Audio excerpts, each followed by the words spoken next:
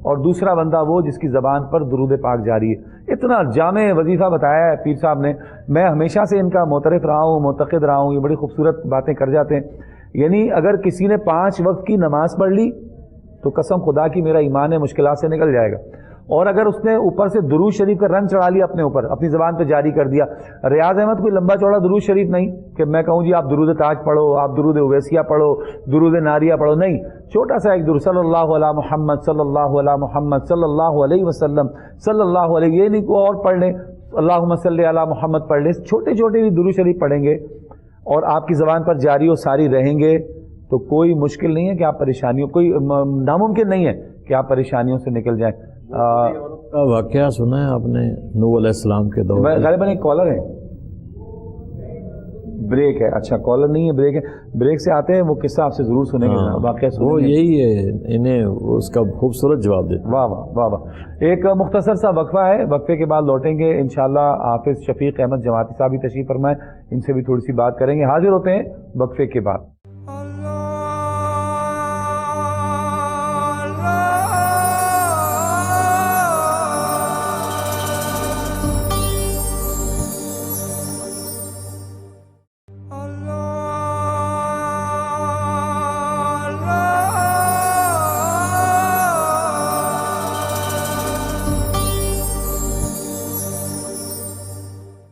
خوش آمدید ناظرین محترم. پروگرام استخارہ آپ ملاحظہ کر رہے ہیں. آپ کی کالز, اور ابھی ریاض بھائی کی کال تھی بریک سے پہلے, کالز آپ کی شامل کر رہے ہیں. ایک واقعہ قبلہ پیر صاحب سنانا چاہ رہے ہیں, میں چاہ رہا ہوں کہ شارٹلی وہ سن لیا جائے.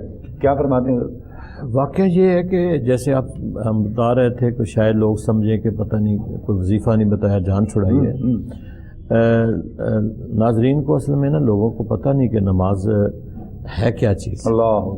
نوح علیہ السلام کے دور میں طوفان نوح آنے سے پہلے نا ایک بڑھیا تھی, اپنے وہ بیچاری غریب جی اپنے خیمے میں رہتی تھی, اور وہ ایمان لانے والی تھی, اور وہ اپنا نماز پڑھتی رہتی تھی. نوح علیہ السلام کا گزر ہوا تو آپ نے اس بڑھیا سے پوچھا کہ کیسے گزارا ہوتا ہے, کیسے بیٹھی ہو, کیا کرتی ہو؟ اس نے کہا بس اللہ اللہ کرتی رہتی ہوں, نماز پڑھتی رہتی ہوں. آپ نے فرمایا کہ طوفان آنے والا ہے. اس نے کہا کہ اچھا. آپ نے فرمایا کہ بچے گا وہی جو میری کشتی میں سوار ہو جائے گا, باقی کوئی نہیں بچے گا. اس بڑھیا نے کہا کہ اچھا پھر جب طوفان آئے تو مجھے یاد کرا دینا کہ طوفان آنے والا, چلے میں بھی بیٹھ جاؤں گی کشتی میں. نوح علیہ السلام طوفان آیا, بھول گئے اس کو بتانا. کشتی میں جو سوار ہوئے وہ بچ گئے, باقی سارے لگے گئے. یہ تو قرآن پاک میں اس واقعہ موجود ہے. بالکل ایسے. طوفان آیا, ختم ہو گیا. نوح علیہ السلام اچانک خیال آیا کوئی, میں نے وہ ایک بڑی عورت سے ایک وعدہ کیا تھا کہ اس نے مجھے کہا تھا کہ آپ مجھے بتانا, تو میں تو بھول گیا. ادھر سے گئے تو وہ جھونپڑی بھی اسی طرح اور بڑی عورت بیٹھی ہوئی ہے. جب نوح علیہ السلام اندر گئے تو اس بڑی عورت نے کہا نوح طوفان آ گیا. آپ نے فرمایا بی بی طوفان آ بھی گیا اور آ کے چلا بھی گیا. واہ واہ واہ. اور وہ بوڑھی عورت آگے سے جواب دیتی, میں اللہ کی نماز میں رہی, اللہ کے ذکر میں رہی, مجھے پتہ ہی نہیں کہ طوفان آیا بھی ہے اور چلا بھی. واہ واہ واہ, سبحان اللہ. یہ ہے اللہ کے ذکر. پیر صاحب دیکھیں کتنی خوبصورت بات علامہ صاحب نے کی ہے, پیر حفیظ اللہ سہروردی صاحب نے, کہ طوفان آ گیا چلا بھی گیا, بڑھیا کو پتہ ہی نہیں. تو ہم کیوں نہیں سمجھتے کہ ہماری زندگی بھی ایسی ہے, طوفان آتے رہیں گے, لیکن جو مستغرق ہے اپنے رب کے ساتھ اور ادھر اس کا اپنا ذکر و اذکار کی طرف توجہ ہے, اللہ کی طرف توجہ ہے, طوفان آتے رہیں گے, بار بار سے نکل جائیں گے, پتہ ہی نہیں چلے گا. ایسا ہے یا نہیں؟ آپ کا تجربہ کیا کہتا ہے پیر صاحب؟ لا شبہ جناب ایسے ہی ہے بات. اور پچھلی اور اس کال دونوں کو ملا لیں تو اس بات میں جواب بھی ہے, سبق بھی ہے کہ نبی کریم علیہ الصلوۃ والسلام کا فرمان ذیشان یہ بھی تو ہے, ہر مومن کے لیے, بادشاہ ہو, امیر ہو, غریب ہو, فقیر ہو, کوئی وزیر ہو, کبیر ہو, کچھ بھی ہو, ہر فرد کے لیے کہ بندہ مومن وہ ہے جس کی زبان اور ہاتھ سے دوسرا مومن محفوظ رہے. تو ہمیں اپنا محاسبہ کرنا چاہیے. یعنی جو حقوق العباد کی بات ہو رہی تھی اس کے حوالے سے بھی, اور درود پاک کا شارٹلی واقعہ میں بھی سنا دیتا ہوں, ہے تو بڑا مفصل لیکن مختصر کر کے عرض کرتا ہوں. جس طرح آپ نے نماز کے حوالے سے بات کی, درود پاک بغداد شریف کا تاجر تھا اور وہ اس کے خشکی اور تری میں بھی قافلے اتنے رواں دواں رہتے تھے. تاجر تھا بڑا, بہت زیادہ قافلے رواں دواں رہتے تھے. اتفاق سے غربت کے دن آ گئے, پھر کسی دوست سے قرضہ لیا, وہ بھی ڈوب گیا. اور پھر کیا ہوا, وہ دوست نے پکڑا اور قاضی صاحب کے پاس لے گیا. واپس گیا, درود پاک کی کثرت اس نے علماء سے ہی سنا ہوا تھا کہ جو بندہ درود پاک کی کثرت کرتا ہے اس کی ہر مشکل ٹل جاتی ہے, مصیبت ٹل جاتی ہے, پریشانیوں سے اسے نجات مل جاتی ہے, اور اللہ کریم غیب سے مدد فرماتا ہے. اصل میں اس میں مین وجہ یہ ہے کہ اس کا تعلق نبی کریم علیہ الصلوۃ والسلام کے ساتھ مضبوط ہو جاتا ہے, جس کی وجہ سے اللہ کریم اس پہ رحمت اور برکت عطا فرماتا ہے. وہ بندے نے درود پاک پڑھنا شروع کر دیا, اور آخری دن تھے کہ حضور کریم علیہ الصلوۃ والسلام کی زیارت ہو گئی. جب زیارت ہوئی تو نبی کریم علیہ الصلوۃ والسلام نے ارشاد فرمایا, فلاں وزیر کے پاس چلا جا اور اسے کہہ کہ وہ تیرا قرض ادا کر دے. اسی طرح کیا اس نے. جب وہ واپس آیا, قرض خواہ جو تھا اس کو لیا, اور پھر وہ قاضی صاحب کے پاس لے کے جب گیا ہے تو قاضی صاحب اٹھ کے کھڑے ہو گئے ہیں, اور قاضی صاحب نے کہا تیرا قرض میں ادا کروں گا. اور جس نے پیسے لینے تھے وہ قاضی صاحب کی یہ بات سن کر پریشان ہو گیا, حیران ہو گیا, اور اس نے قرض معاف کر دیا اس بنا پہ کہ نبی کریم علیہ الصلوۃ والسلام نے قاضی صاحب کو بھی دیدار کروایا اور قاضی صاحب کو کہا کہ اس شخص کا قرض تو ادا کر دے. اب مجرم کا قرض بھی ادا کر رہے ہیں اور قاضی صاحب اس کا اکرام بھی کر رہے ہیں. تو جس نے پیسے لینے تھے اس نے کہا کہ نبی کریم علیہ الصلوۃ والسلام کی رحمت کے حقدار صرف آپ ہی نہیں ہیں, میں بھی ان کی رحمت کا حقدار ہوں, تو میں بھی اس میں حصہ یہ شامل کروں گا کہ میں قرض معاف کر دوں گا. یعنی یہ ساری درود پاک کی برکات ہیں. اور بلا شبہ پیسے نہ ہو, مال نہ ہو, اللہ پاک عطا کر دیتا ہے. حالات و واقعات آپ کے خلاف ہوں, آپ کے حق میں ہو جاتے ہیں. درود پاک پڑھنے سے نہ صرف مال و دولت, قرض بھی اتر جاتا ہے, بلکہ مال و دولت آ بھی جاتی ہے, اور پھر اس میں فراوانی بھی نصیب ہو جاتی ہے. یعنی درود پاک کی بے شمار فضیلتیں ہیں. نامہ اعمال بھی سنورتا ہے, گناہ بھی معاف ہوتے ہیں, اور بے شمار فضائل و برکات ہیں درود پاک کے. جیسے درود تاج کی ایک فضیلت یہ ہے جس کا نام ہی درود تاج ہے, یعنی رحمت اور برکت کا لازوال تاج ہے, بے مثال تاج ہے. اور ایسا تاج ہے کہ ہر نماز کے بعد بندہ 7 بار جو درود پاک پڑھتا ہے, جس کا کوئی رزق کاروبار کا ذریعہ ہی نہ ہو اور ذریعہ معاش اس کو ملتا ہی نہ ہو, اور وہ پریشان ہو, تنگ دست بھی ہو, اور ایسا ہو کہ اس کے لیے کوئی حالت دنیا میں نظر ہی نہ آ رہا ہو, اسے چاہیے کہ ہر نماز کے ساتھ 7 بار درود تاج پڑھ لے. 1 منٹ میں پورا ہو جاتا ہے, 7 منٹ نکالنے ہیں نماز کے بعد, 7 بار پڑھے, اور عشاء کے بعد ایک تسبیح درود تاج کی کر لے. ہم اس پر پہلے بھی بات کر چکے ہیں درود تاج پر, اور بڑی خوبصورت آپ نے بات اشارہ بھی کیا اسی طرف کہ درود تاج جو ہے وہ اس کی ایک خاص, اس کی ایک فضیلت اور یہ ہے میرے ناقص رائے میں کہ یہ دیکھ کر پڑھنے والوں کو بڑی جلدی یاد ہو جاتا ہے, ماشاءاللہ, بڑی جلدی ازبر ہو جاتا ہے, زبان پہ چڑھ جاتا ہے. جی جی, یہ بھی اس کا ایک خاص فیض ہے. ایسا ہے. اور ہم میں تو پڑھا ہی اتنا زیادہ جاتا ہے, زیادہ تر زبانی لوگوں کو سن سن کے یاد ہو جاتا ہے, پھر اوپر دیکھ کے پڑھیں گے تو آسانی سے یاد. اور رات کو عشاء کی نماز کے بعد اگر اس کی ایک تسبیح کی جائے تو کتابوں میں یہ لکھا ہے, مستند کتابوں میں, کہ صرف 3 دن کے اندر اندر بندے کے لیے ایسے اسباب مہیا ہو جائیں گے اور غیب سے اسباب ایسے نکل آئیں گے کہ وہ خود حیران ہو جائے گا. صحیح. اور تیسرے دن کے بعد کا حکم ہے کہ پھر عشاء کے بعد نہ پڑھے بندہ, فجر کے بعد پڑھ لے ایک تسبیح, اور تب تک پڑھتا رہے جب تک ذریعہ نہیں بن جاتا. اور اس کی برکت یہ لکھی ہے کتابوں میں کہ بندے کے پاس چل کے پیغام آ جائے گا کہ آجا تیرے رب نے تیرے رزق کا انتظام کر دیا. حضور پیر صاحب آخری لمحات ہیں, کچھ ارشاد فرما دیں کہ اللہ کے ولی کی نشانیاں کیا ہیں. آج کل تو مجھ جیسے بھی نکمے بھی اللہ کے ولی بنے پھرتے, ایک آدھ چلا کر لیا, کچھ پڑھا لیا تو سمجھتے جی بہت بڑا پیر ہو گیا. کیا نشانی ہے اللہ کے ولی کی؟ اللہ کے ولی کی سب سے بڑی نشانی تو یہ ہے کہ جس کو دیکھ کے خدا یاد آ جائے. واہ.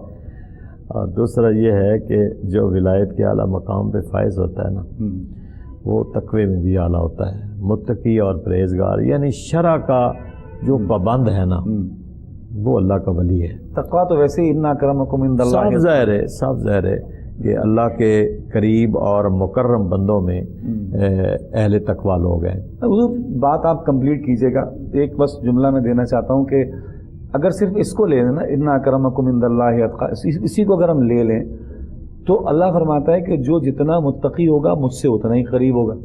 ہے کتنی پیاری بات ہے.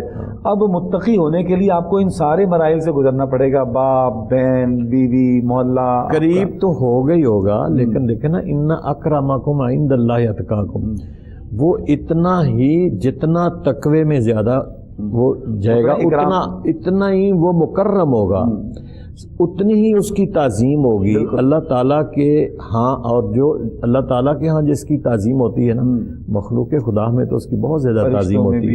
یہ دیکھ لیں ہر ایک میں، کیونکہ اگر آپ پڑھیں فَاذْكُرُونِي أَذْكُرْكُمْ، اگر اس آیت کی تشریحات پڑھیں اور شرح پڑھیں تو بعض علماء نے لکھا ہے کہ اللہ فرماتا ہے تو مجھے یاد کرو میں تمہیں یاد کرتا ہوں.